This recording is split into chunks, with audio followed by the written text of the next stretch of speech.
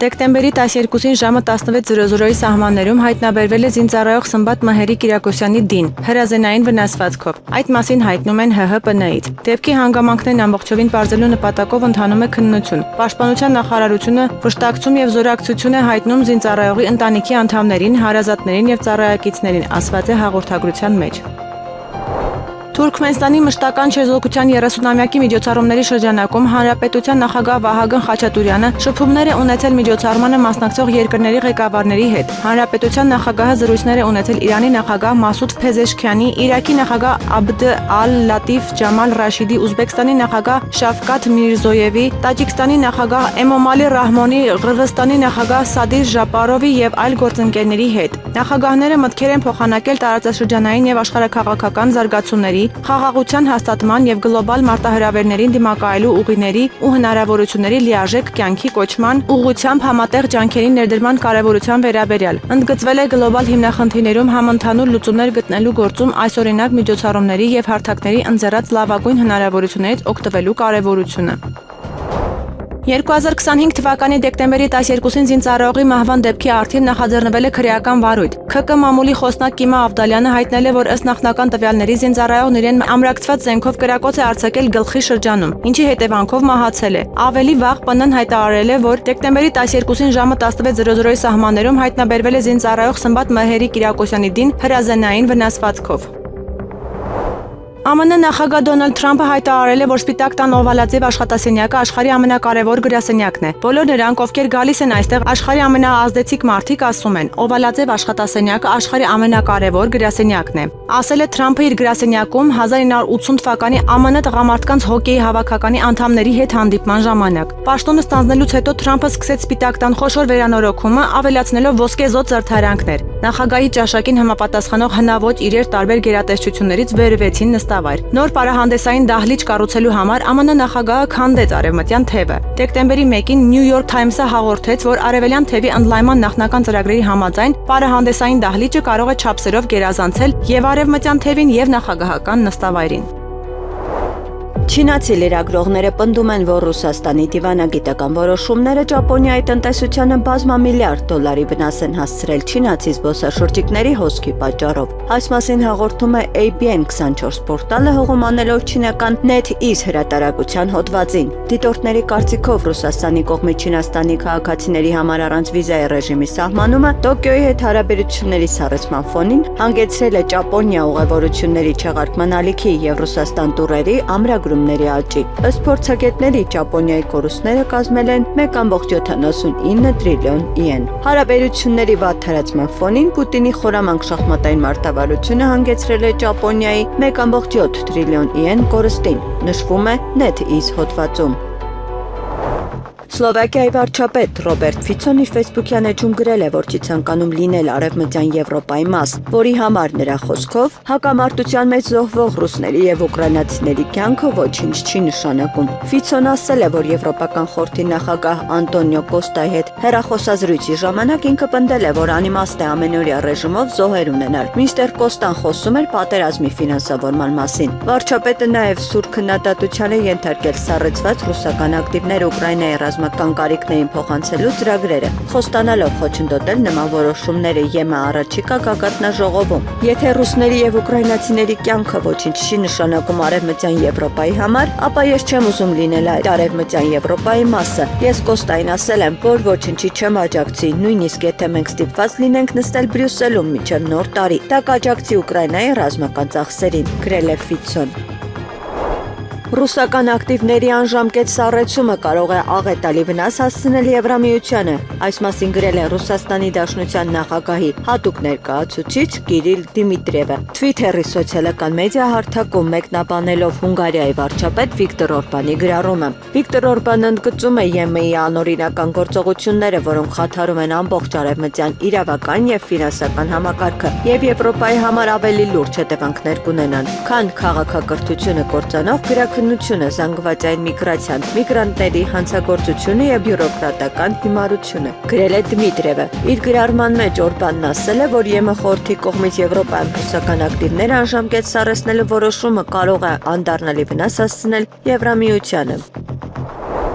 Մոսկվայի օդանավակայաններում ավելի քան 900 չվերթ հետաձգվել կամ չեղարկվել է թռիչքների սահմանափակումների պատճառով, հաղորդում է ՌԻԱ Նովոստին հուղում անելով օդանավակայանների առցանց թռիչքների տախտակներից ստացված տվյալներին։ Շերեմետյևո, Դամադյատովը, Վնուկովը եւ Ժուկովսկի օդանավակայաններում չեղարկվել է ավելի քան 40 մուտքային եւ ելքային չվերթ։ Որոշ ինքնաթիռներ ստիպված են եղել վայրէջք կատարել։ Այլընտրանքային օդանավակայաններում չվերթների ուշացումների մեծ մասը չի գերազանցել 2 ժամը։ Մոսկովյան օդանավակայաններում օրվա ընթացքում մի քանի անգամ թռիչքների սահմանափակումներ են մտցվել։ Օդանավականները ընդունել եւ ուղարկել են չվերթներ համաձայնեցնելով համապատասխան մարմինների հետ։ Ռոսավիացիայի խոսնակ Արտյոմ Կորոյենկոն հայտարարել է, որ միջոցառումները ձեռնարկվել են թռիչքների անվտանգությունն ապահովելու համար։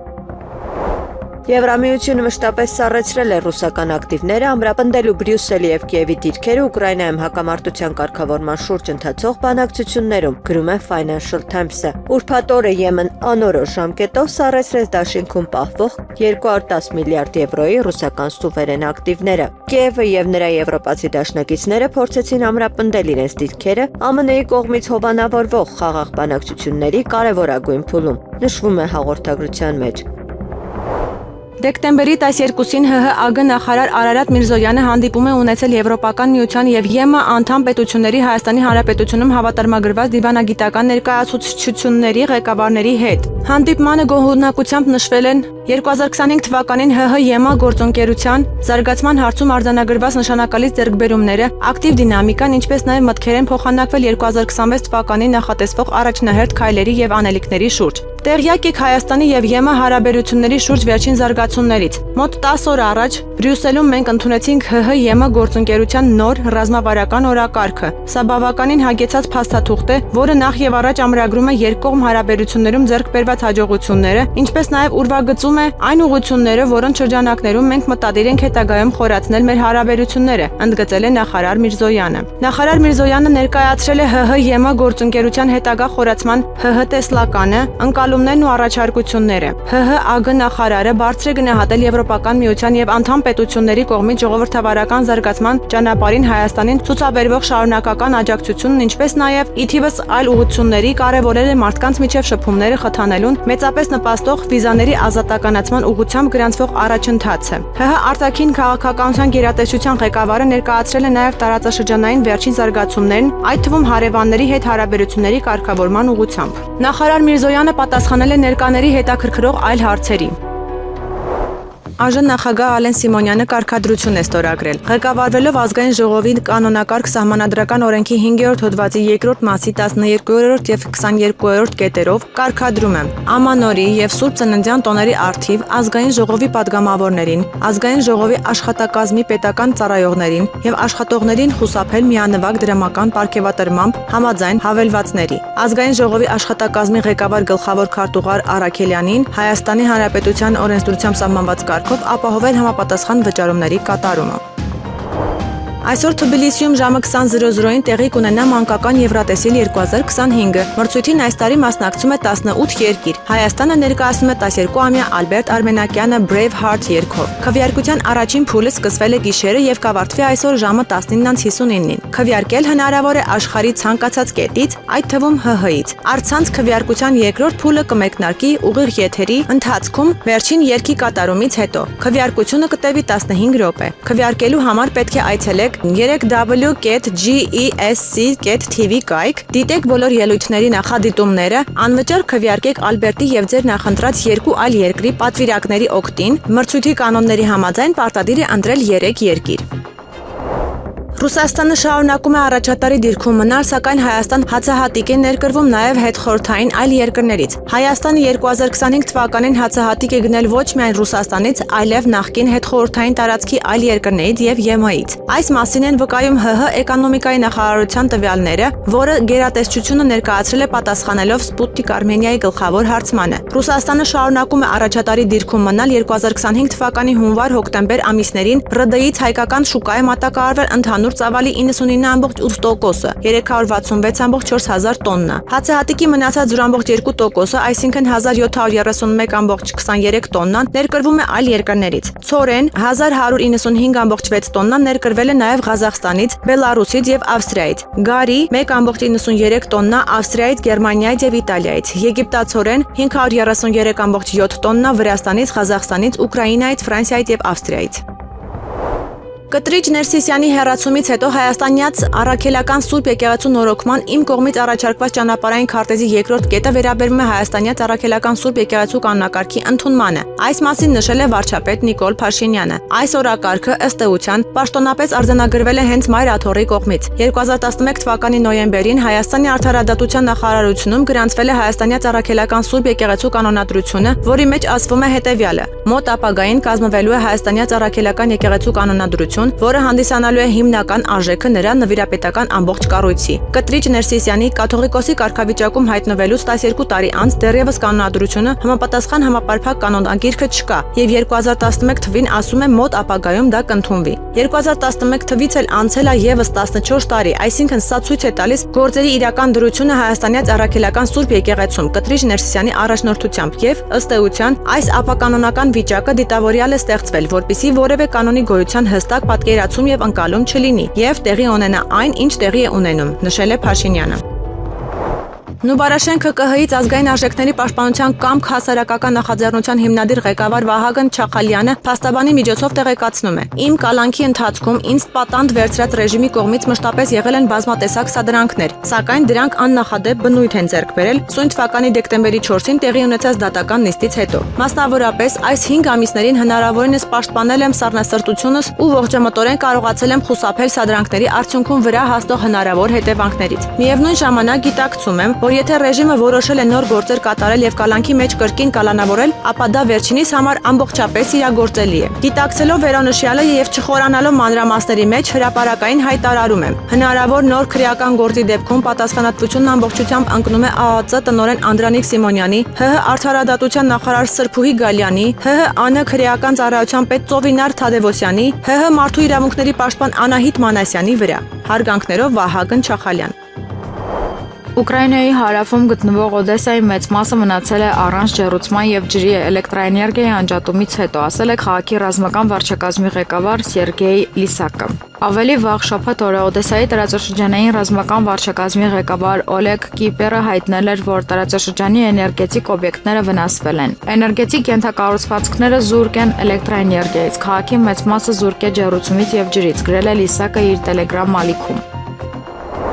Չինաստանը շաբաթ օրը հաջողությամբ 2 տիեզերանավ է դուրս բերել ուղեծիր օգտագործելով Kuaizhou 11 պինդ վառելիքով աշխատող կրող սարքը, հայտնել է Չինաստանի աերոտիեզերական գիտության եւ արդյունաբերության կորպորացիան։ Արձակումը տեղի ունեցել շաբաթ օրը տեղական ժամանակով ժամը 9:08-ին, Մոսկվայի ժամանակով ժամը 4:08-ին։ Չինաստանի հյուսիս-արևմուտքում գտնվող Գանսու նահանգի Ցզյունցուան արդյունաբերական հարձակման կենտրոնից։ Հարձակման սարքը DR-5 հետազոտական տիեզերանավը եւ Siwan-5-2 արբանյակը տեղակայել է իրենից նշանակված ուղեծրերում։ Արձակումը համարվել է լիակատար հաջողություն։ Չինական պետական X-Space ընկերության կողմից մշակված Kuaizhou 11 հրթիռը կարող է մինչև 1 տոննաբեռ ուղարկել արևային համաժամանակյա ուղեծիր 700 կիլոմետր բարձրության վրա։ Հրթիռի երեսպատման տրավմագիծը 2.65 մետր է։ Այս արձակումը 4-րդն էր Kuaizhou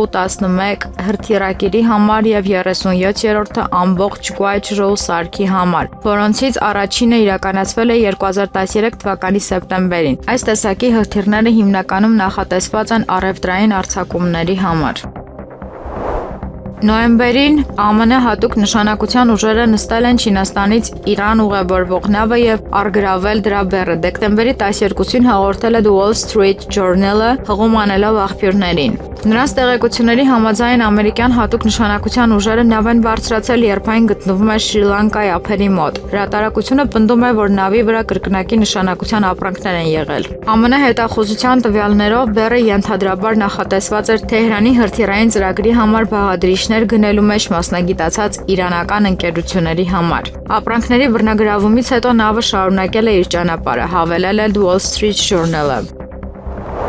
Ռուսաստանի նախագահ Վլադիմիր Պուտինը հանդիպել է Իրանի նախագահ Մասուդ Փեզեշքյանի հետ, հաղորդում է ՌԻԱ Նովոստիի թղթակիցը։ Բանակցությունները տեղի ունենում Աշխաբադում, որտեղ Ռուսաստանի առաջնորդը ժամանել է մասնակցելու Խաղաղության եւ վստահության միջազգային տարվան, միջազգային չեզոքության օրվան եւ Թուրքմենստանի մշտական չեզոքության 30-ամյակի նվիրված ֆորումին։ Վերջին անգամ Պուտինը եւ Փեզեշքյանը հանդիպել են Չինաստանում Շանհայի համագործակցության կազմակերպության գագաթնաժողովի շրջանակներում։ Խաղաղության եւ վստահության միջազգային տարին հռչակվել է Գլխավոր ասամբլեայի 78-րդ նստաշրջանում Թուրքմենստանի նախաձեռնությամբ։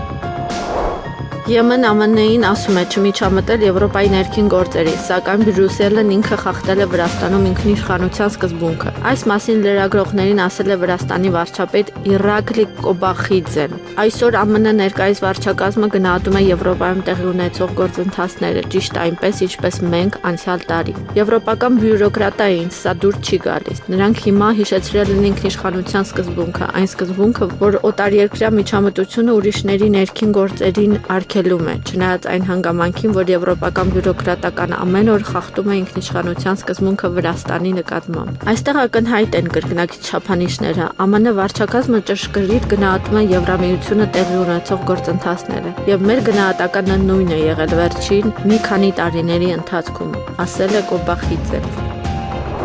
Թրամփի վարչակազմը ստեղծում է 5 երկրներից բաղկացած կոալիցիա Չինաստանի գերիշխանությանը հակազդելու համար հանքանյութերի արդյունահանման, արհեստական բանականության եւ տեխնոլոգիաների ոլորտում, հաղորդում է Պոլիտիկոն։ Հրապարակման համաձայն դեկտեմբերի 12-ին կստորագրվի հռչակագիր, որը կմիավորի Սինգապուրը, Ավստրալիան, Ճապոնիան, Հարավային Կորեան եւ Իսրայելը։ Միասին նրանք կաշխատեն կարևորագույն հանքային ռեսուրսների պակասը լուծելու ուղղությամբ։ Թրամփի վարչակազմը նաեւ մտադիր է ընդլայնել կոալիցիան, ներառելով հանքային, տեխնոլոգիական եւ արտադրական ռեսուրսներ ունեցող այլ երկրներ։ Պոլիտիկոն հաղորդում է, որ հռչակագրի ընդունումը կնվազեցնի կարևորագույն հանքային ռեսուրսներում չինական ներդրումները եւ կհարթի համատեղ հետազոտությունների եւ ենթակառուցվածքների զարգացման ճանապարհը։ Ոսկե գմբեթ հակահրթիռային պաշտպանության համակարգի արժեքը, որը ԱՄՆ նախագահ Դոնալդ Թրամփը գնահատել է $175 միլիարդ, կկազմի մոտավորապես $1.1 տրիլիոն, հաղորդում է Bloomberg-ը, հղում անելով իր սեփական փորձագիտական գնահատականներին։ Գործակալության հաշվարկները հիմնված են զենքի եւ պաշտպանական համակարգերի արժեքի վրա, բայց չեն ներառում շահագործման ծախսերը, հանձնակազմի ծախսերը եւ նոր տեխնոլոգիաները, ինչպիսիք են տիեզերական խափանող սարքերի մշակումը։ Լրագրողները նշում են, որ այս գործոնները հաշվի առնելով նախագծի ընդհանուր արժեքը կարող է զգալիորեն ավելի բարձր լինել։ Գործակալությունը նաև գնահատել է ավելի սահմանափակ հակահրթիռային պաշտպանության համակարգի արժեքը, որը նախատեսված է միայն մեկ հակառակորդի կողմից լիարժեք հարձակումը հետ մղելու համար, եզրակացնելով, որ նույնիսկ այս տարբերակը կպահանջի $844.4 միլիարդ։ Գրաֆիկական պրոցեսորների մշակող Nvidia ընկերության գործադիր տնօրեն Ջենսեն Հաունգը The Financial Times-ի կողմից ճանաչվել է տարվա մարտ։ Այս մասին հայտարարվել է թերթի կայքում։ FT-ի տարվա մարտ անվանակարգում Ջենսեն Հուանգն է։ Նա արհեստական ինտելեկտի հսկայական բումի շարժիչ ուժն է, որն ունի համաշխարհային տնտեսությունը վերափոխելու ներուժ, նշում է հրատարակությունը։ Դեկտեմբերի 11-ին Time ամսագիրը անվանել է արհեստական ինտելեկտի ճարտարապետներ, այդ թվում տարվա մարտ անվանակարգում Ջենսեն Հուանգին։ Հրատարակությունը նաև պարգևատրել է XAI-ի գործադիր տնօրեն Էլոն Մասքին, OpenAI-ի գործադիր տնօրեն Սեմ Ալտմանին եւ Meta-ի հիմնադիր Մարկ Ցուկերբերգին։ Հունգարիայի արտաքին գործերի նախարար Պետեր Սիարտոն մեղադրել է ՆԱՏՕ-ի գլխավոր քարտուղար Մարկ Ռյուտեին Ուկրաինայի հարցով բանակցությունները խափանելու փորձի մեջ եւ կոչ է արել նրան դադարեցնել լարվածության սրումը։ Եթե որևէ մեկը դեռ կասկածներ ունի, որ Բրյուսելում բոլորը իսկապես խելագարվել են, ապա ՆԱՏՕ-ի գլխավոր քարտուղարի երեկվա Բերլինում ունեցած ելույթից հետո նրանք անմիջապես համոզվեցին դրանում։ Իր հայտարարությամբ ՆԱՏՕ-ի գլխավոր քարտուղարը փաստորեն մեջքից հարվածեց Ուկրաինայի խաղաղ բանակցություններին։ Մենք հունգարացիներս, որպես ՆԱՏՕ-ի անդամներ, մերժում են գլխավոր քարտուղարի խոսքերը։ Եվրոպական երկրների անվտանգությունը երաշխավորում է ոչ թե Ուկրաինան, այլ հենց ՆԱՏՕ-ն։ Սադրիչ հայտարարությունները անպատասխանատու եւ վտանգավոր են։ Մենք կոչ ենք անում Մարկ Ռյուտեին դադարեցնել ռազմական լարվածության սրումը, գրել է Սիարտոն Facebook-ում։ Հունաստանը 20 միլիոն եվրո կհատկացնի Ուկրաինայի առաջնահերթ պահանջների ցանկ ծրագրին, որի միջոցով ՆԱՏՕ-ի դաշնակիցները Կիևի համար զենք են գնում ամերիկյան պաշարներից, հաղորդում է Կատիմերինի թերթը։ Նրա խոսքերով Հունաստանն օգտագործում է իր բյուջետային պահուստը Pearl ծրագրին մասնակցելու համար։ Աթենքի որոշումը տեղեկացվել է եւ ՆԱՏՕ-ին եւ ամերիկացիներին, որոնք նախկինում բազմիցս ընդգծել են այն անհրաժեշտությունը, որ Հունաստանը չհայտնվի այն երկրների փոքրամասնության մեջ, որոնք չեն աջակցում Ուկրաինայի համար զենքի գնումներին։ Հրատարակությունը ընդգծում է, որ Հունաստանի ֆինանսական մասնակցությունը Pearl-ին այս փուլում խորհրդանշական է եւ առաջին հերթին ընդգծում է Աթենքի ցանկությունը չշեղվել Վաշինգտոնի կողմից սահմանված գծից։ Pearl-ը մեկնարկել է հուլիսի 14-ին ԱՄՆ նախագահ Դոնալդ Թրամփի եւ ՆԱՏՕ-ի գլխավոր քարտուղար Մարկ Ռյուտեի կողմից։ Սեպտեմբերի 17-ին Դաշինքի ներկայացուցիչ Կիևում Պատրիկ Թրները հայտարարել է, որ ամերիկյան զենքի մատակարարումները Ուկրաինա ընթացքի մեջ են։ Պլեխանովի անվան Երևանի մասնաճյուղում բացվել է ժամանակակից ինժեներական լաբորատորիա, որտեղ ուսանողները հնարավորություն կունենան աշխատել 3D տպիչների ծրագրավորման համակարգերի եւ FPV դրոնների նախագծման, հավաքման եւ թռիչքի փորձարկումների վրա։ Համալսարանի տնօրեն Թամարա Վարդանյանն ընդգծել է, որ այս լաբորատորիան կարևոր է ոչ միայն ուսանողների, այլև երկրի զարգացման համար։ Հոգաբարձուների խորհրդի նախագահ Արման Վարդանյանն էլ նշել է, որ երկրում իրականացվող յուրաքանչյուր նախաձեռնություն պետք է մեծ ազդեցություն ունենա եւ դրա արդյունքները կարտացոլվեն պետության զարգացման, հասարակության բարեկեցության վրա։ Դեկտեմբերի 8-ին վարչապետ Նիկոլ Փաշինյանը Մայրաթոռի դեմ իր գործողություններում հատեց վտանգավոր մի սահմանագիծ, ներկայացնելով իբրև եկեղեցու բարեփոխումների նոր ճանապարհային քարտեզը։ Սակայն արդեն հաջորդ օրը դեկտեմբերի 9-ին Մոսկվայից հնչեց խիստ ու միաձայն արձագանք, որը շոշափելի ազդեցություն ունեցավ Երևանի քաղաքական հաշվարկների վրա։ Ռուսաստանի եւ Նոր Նախիջևանի թեմի հոգեվորականների հայտարարությունը դարձավ կոշտ նախազգուշացում։ Ռուսաստանյան թեմը բացահայտորեն դատապարտեց Հայաստանի իշխանությունների գործողությունները, դրանք համարելով ազգային ավանդույթների եւ սկզբունքների խախտում։ Այս ամենը ստեղծում է տարօրինակ ու անհամատեղելի մի իրավիճակ։ Պարզվում է, ժողովրդավարական Հայաստանում հոգեվորականների ձերբակալում են եւ լռեցնում, իսկ ավտորիտար Ռուսաստանում հայ առաքելական եկեղեցին շարունակում է լիակատար անկախություն վայելել։ Ազգային անվտանգություն կուսակցության նախագահ Գառնիկ Իսագուլյանը մեծ զրույցում նշում է, եթե հայ հասարակությունը չկարողացավ պայքարել եկեղեցու դեմ իշխանության գործողություններին, չի բացառվում, որ հենց Ռուսաստանի եւ Նոր Նախիջևանի թեմը հանդես գա հայ առաքելական Սուրբ եկեղեցու միացյալ կենտրոն։ Ցանկացած թեմ կարող է իրան հրճակել պատրիարքություն։ Ոնց որ ասենք, օրինակ տեսեք Կոնստանտինոպոլի պատրիարքությունը եկեք վերցնենք, հա։ Այնտեղ իրանց ասելով ընդամենը 50,000 հայ առաքելական Սուրբ եկեղեցու հետևորդ կա։ Եվ Թուրքիայում հայ առաքելական Սուրբ եկեղեցին ներկայացված է պատրիարքությամբ։ Այդ պարագայում ինչու 2.5 միլիոնից 3 միլիոն հայ առաքելական Սուրբ եկեղեցու հետևորդ ունեցող Ռուսաստանի դաշնությունը չի կարող լինել պատրիարքություն։ Կամ նույնիսկ կաթողիկոսություն։ Ընդորը դա կարան թեմերը իրանք իրացնել այդ ցանկությունը։ Եվ որևէ մեկը խանգարել չի կարող։ Դասում եթե հանկարծ Նիկոլ Փաշինյանը Աստված միարասե դեռ մնա հայոց պետության ղեկին եւ իր նպատակն է ոնց որ Արցախում ոչնչացնել ամեն ինչ, ոչնչացնել նաեւ Հայաստանում ու հայ ժողովուրդը դրան դիմադրություն չտա, այո, չի բացառում, որ ընդհանրապես Սուրբ եկեղեցու որպես միացյալ կենտրոն հանդես գա Ռուսաստանի եւ Նոր Նախիջևանի թեմը առանց։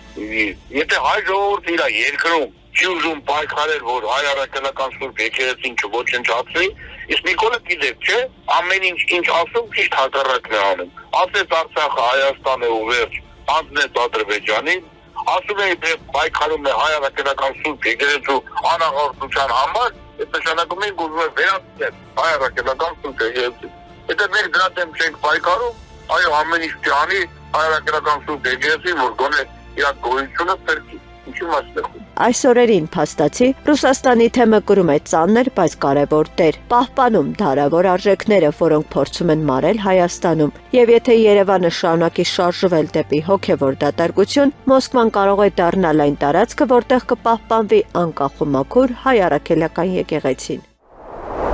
Վերաքննիչ վարչական դատարանը մերժել է Երևանու ավականու բողոքը վերահաստատելով, որ կարմիր գծերի թանկացումը ոչ իրավաչափ էր, հայտնել է իրավաբան Վահե Գրիգորյանը եւ նշել. Գործը վերաբերում է 2025 թվականին սահմանված եւ ոչ իրավաչափորեն թանկացված սակագնին։ Հիշեցնեմ, որ Մայր Հայաստան շարժման եւ համանուն խմբակցության հետ համագործակցության արդյունքում բողոքարկել էինք Երևան քաղաքում թե 2024 թվականի, թե 2025 թվականի ավտոկայանատեղիների վճարների թանկացումը, նշել է փաստաբանը։